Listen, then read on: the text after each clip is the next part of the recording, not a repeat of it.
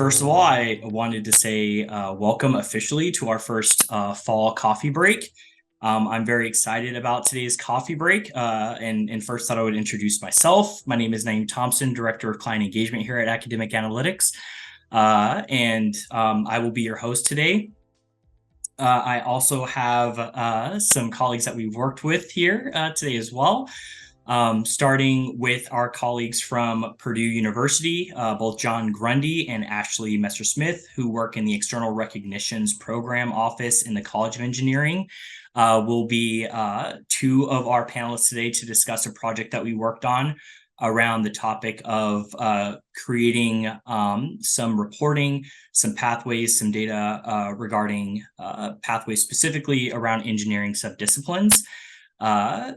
I would also like to introduce today Sean Clark, who is from Academic Analytics, our analyst team, who was the primary analyst in charge of working on the initial project and then our subsequent update.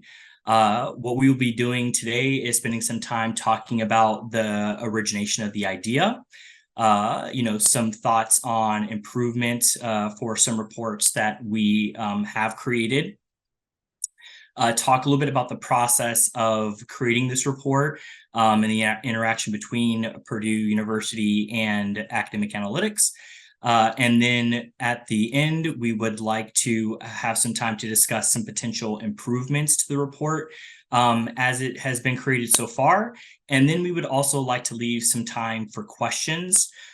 One thing that I will also note is that throughout this, again, everyone will be on mute. So if you do have questions, please use the chat function. We'll be monitoring that and we will get to all the questions that we can.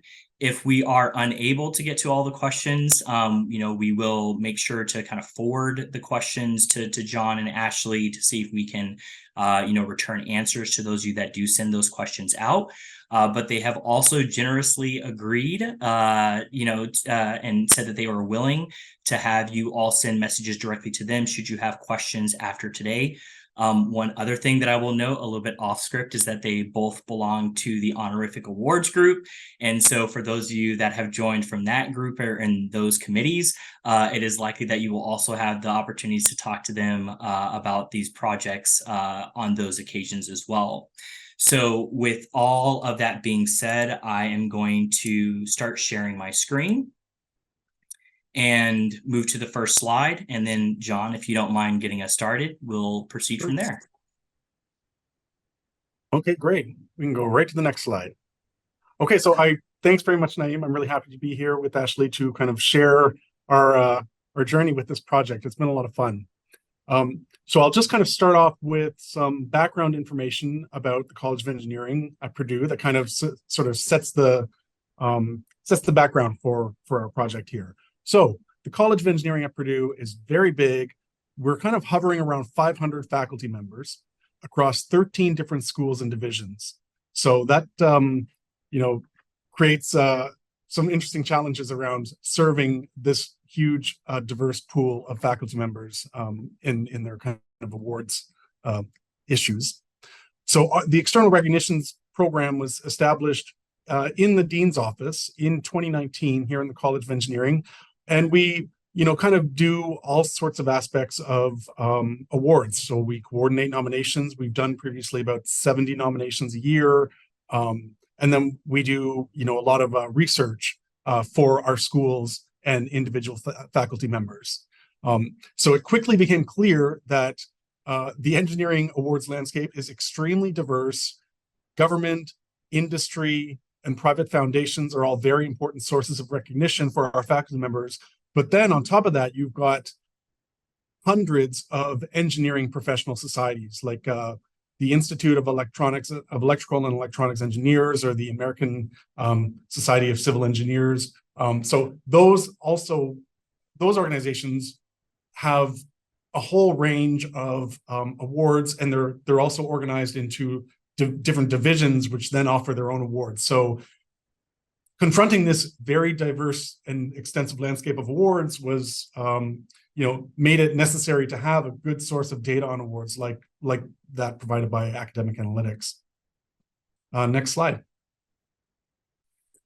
So Purdue subscribed to academic analytics. We got we got our credentials, and I started interacting with Naeem to kind of figure out, oh my gosh, what is all this information? And so, we poked around that for quite a while, and then we started to kind of organize this data on external awards into some formats that we felt would be helpful for schools. So what we did is for each school in engineering discipline, we started to we looked at the faculty trends awards data, which kind of has the listing of the most prevalent awards in each discipline. And then we kind of coupled that with information on the mean academic age of awardees. And so we arranged that into these award ladders or award pathways. And we started to we started to meet with schools to present this information to them. And the response from schools was positive, because they didn't have this information before. This information was kind of scattered in different pockets. And so we were able to kind of pull it together for them into a very large award ladder. But the issue that was raised by some of our schools was that, they would say to us, our faculty members are embedded in very, very different research areas. So mechanical engineering, you have people who are embedded in robotics, and then you have some people who are embedded in fluid dynamics. And those are totally different contexts, different awards landscapes, and different kind of professional societies too.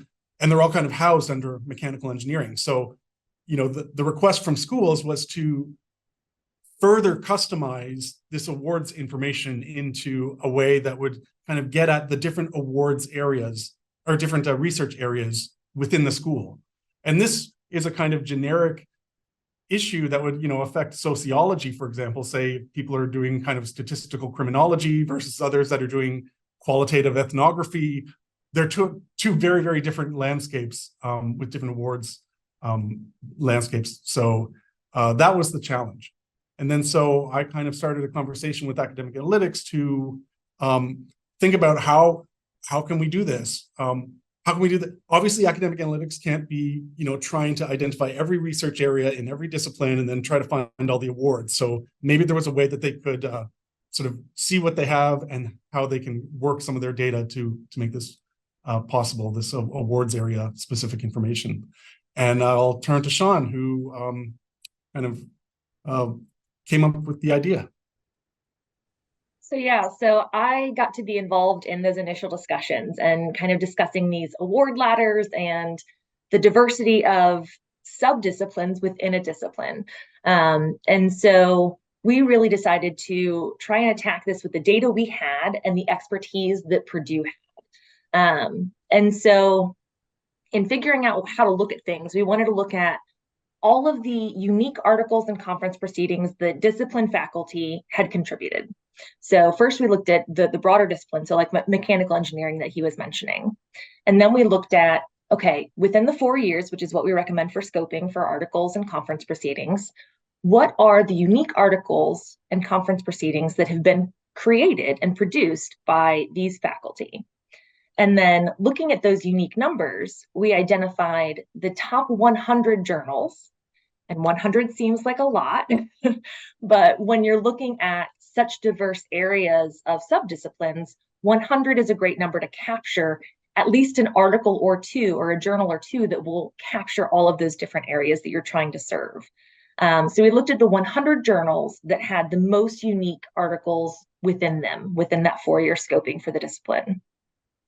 And then having identified those top 100 journals, we then looked at, okay, of the authors who have contributed to those 100 journals, what awards have they won within their lifetime?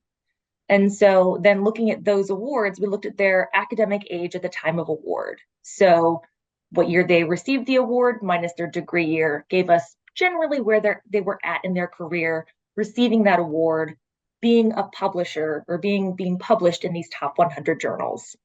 So that kind of gave us a frame of reference to provide data and a usable source for Purdue to start looking at, okay, well, if we know that this journal is popular in this subdiscipline, we can limit it to this journal. And then looking at that journal, it'll show you which awards those authors have won and what age those authors were at when they won those awards. So we kind of cobbled this together from a series of winnowing it down, broadening it out, and then winnowing it down again. And we're able to provide that report to Purdue. And it was a really exciting process. And we have loved doing all of the disciplines that we've been able to work with you on. I will throw it back to John in the studio. Okay, great. So what we do is when we get an award, a report from Academic Analytics, we go to the school and we say, please identify what you think to be are the key or core journals, 3 or 4 core journals in each of your sub-disciplines. And then they will get back to us. And it's often the case that all or most of the journals that they have reported for each of their disciplines are listed among the 100 that we can then look up. And it's almost always the case that at least one is there. That allows us to begin to build out a sub-discipline awards ladder. Now, here is just one example for the School of Mechanical Engineering. Its research area combustion. The journal Combustion and Flame was identified by the school as one of the core journals. And so we're able to pull the awards data from that journal and organize it by mean academic age. And we'll get into how we kind of switched up the age a little bit, but it allows us to categorize awards as either early career, mid-career, or senior career based on the academic age, the average academic age of the recipient. And you'll see under the column to the left, we've got the award governing society name. And you'll see that what's interesting about this is that it kind of pulls in a rich mix of different awards and different societies that kind of make up the awards landscape for people that are in the area of combustion. And we'll go to the next example. Here is the area of robotics for our School of Aeronautics and Astronautics. And we can do we can look up more than one journal. We can sort of combine. And so here we have 2 journals, IEEE Robotics and Automation Letters and Journal of Mechanisms and Robotics. And again, you see it's pulling in a mix of awards. Sometimes it's got sort of broad multidisciplinary awards that are relevant to the research area, but also specific engineering society awards.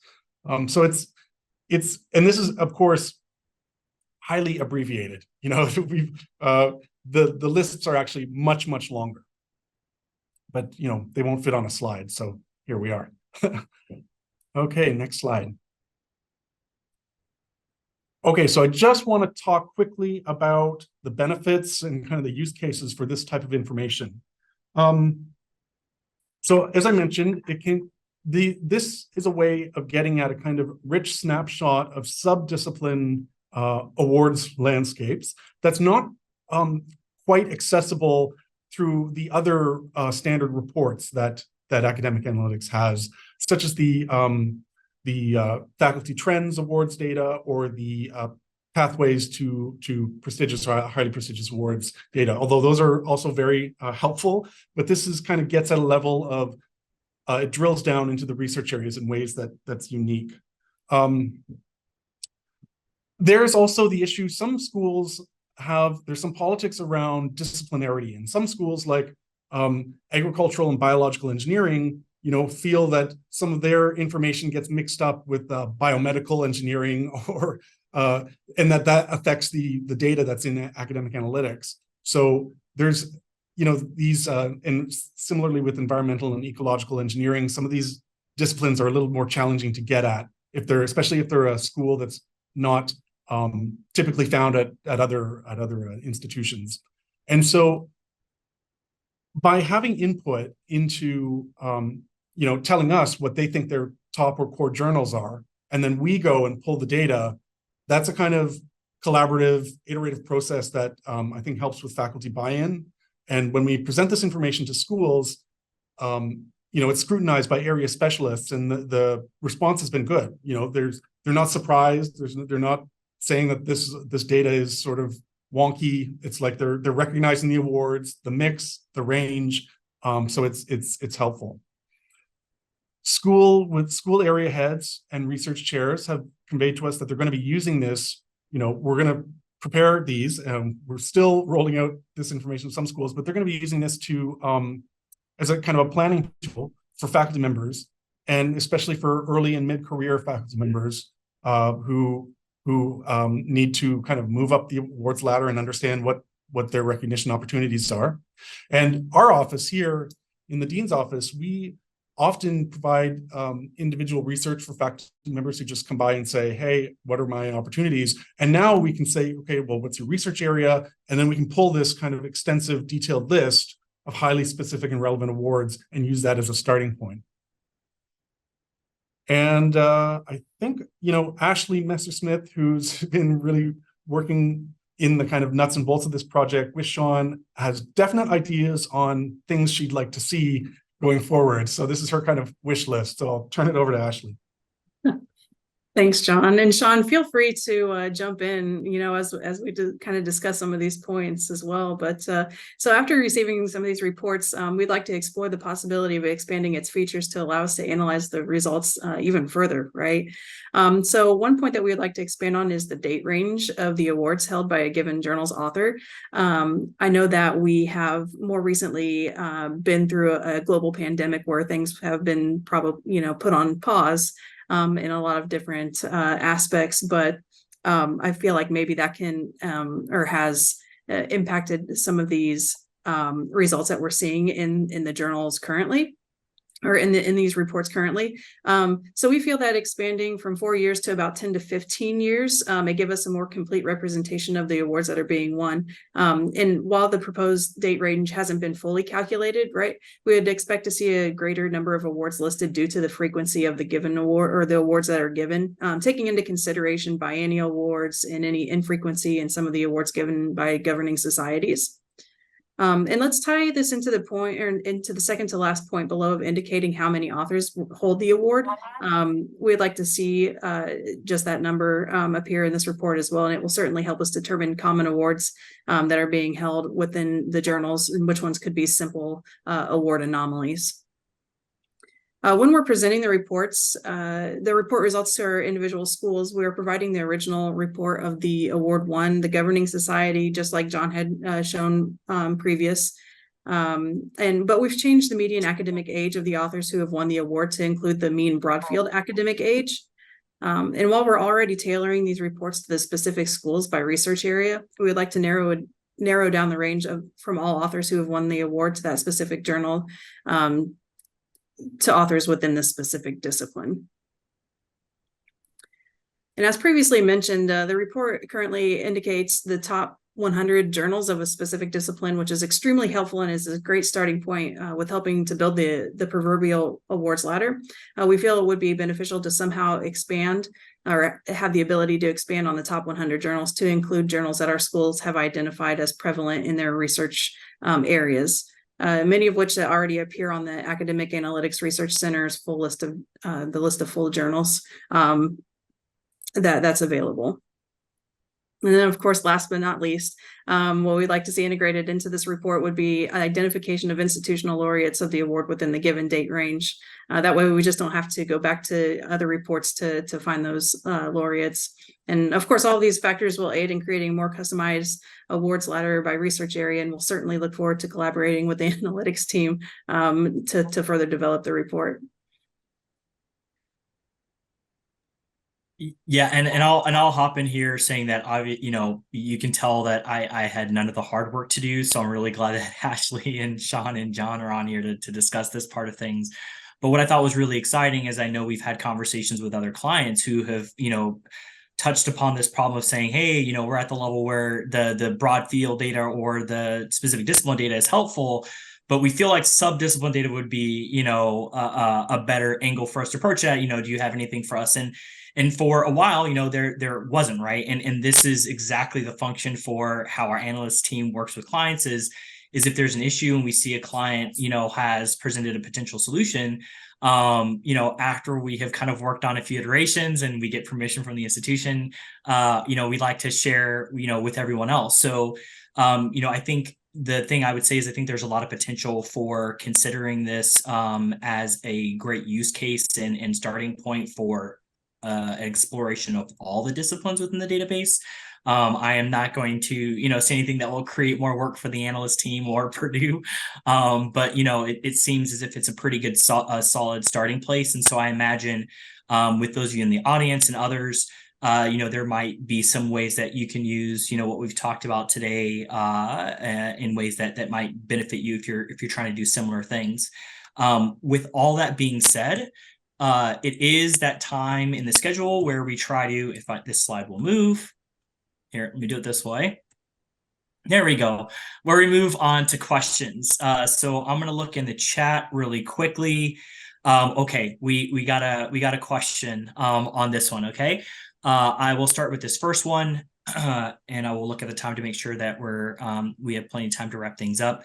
But we did have a question. So this is coming from an audience member. They say, first of all, thank you. This has been very helpful. First question, John, is framed to you. What has the timeline been on this? It sounds like you went back to ACA to start working toward these lists in 2020. How long has it taken to build these out?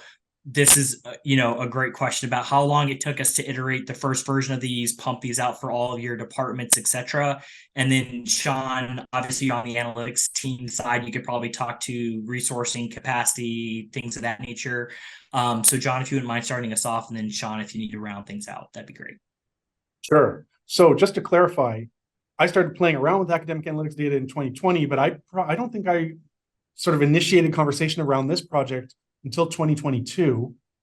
That probably sounds right to me.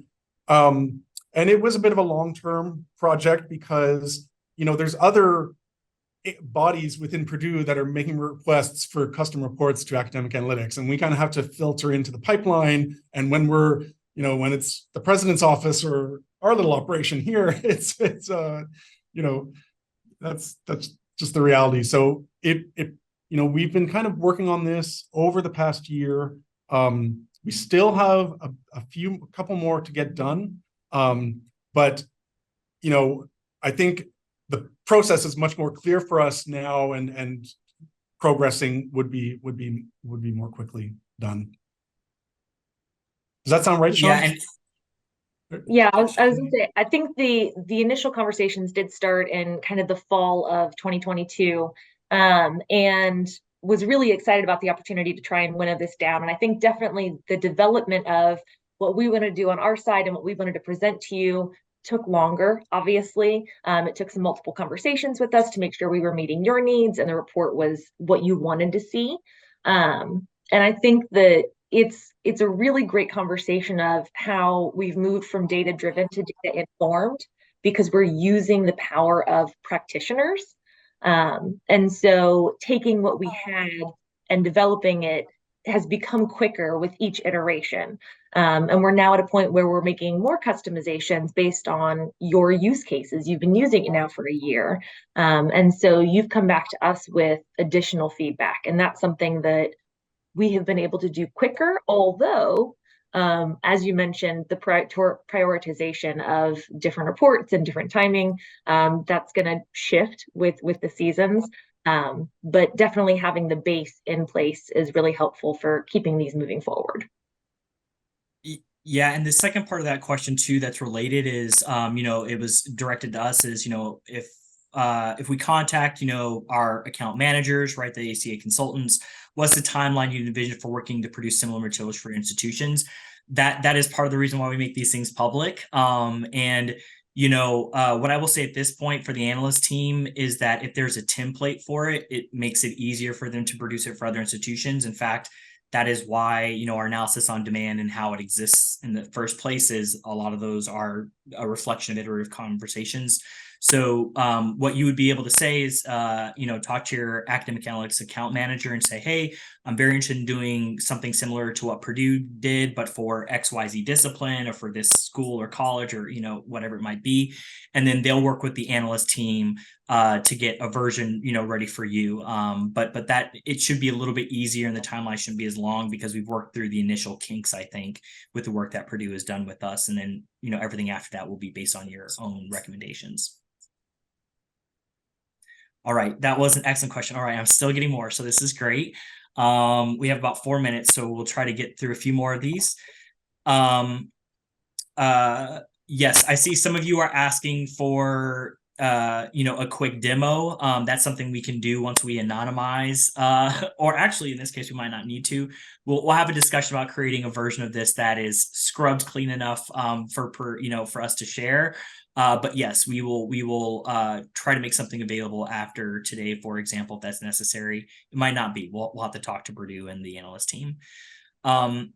Oh, here we go. So there's another question that says, can you tell us a little bit more about the staffing of the external recognition program?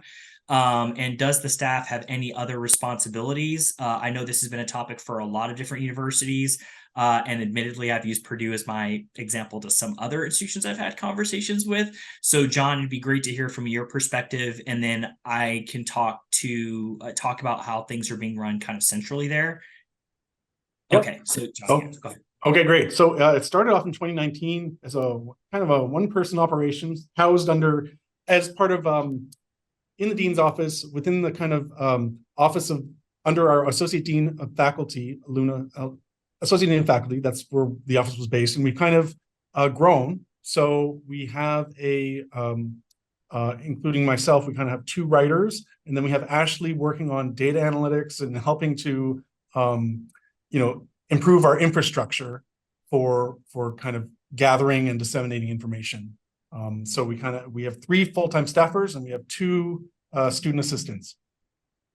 And then now Purdue has a fabulous office at the central in the provost office.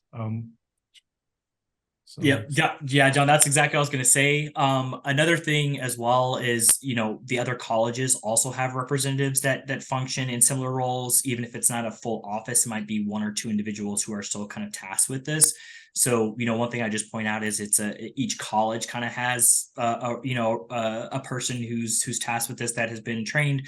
But John is correct. They also have a central office run through the provost office at Purdue that is also running things centrally, looking at those institution level awards and kind of the higher level prestige awards from an institutional perspective.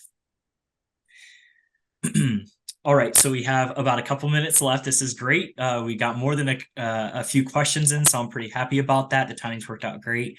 Looks like we have some requests about producing the report. So the answer would be for that one, reach out to your account manager. And then once they put the report in the queue for the analyst, then the process would get started, since again, there's a template that exists.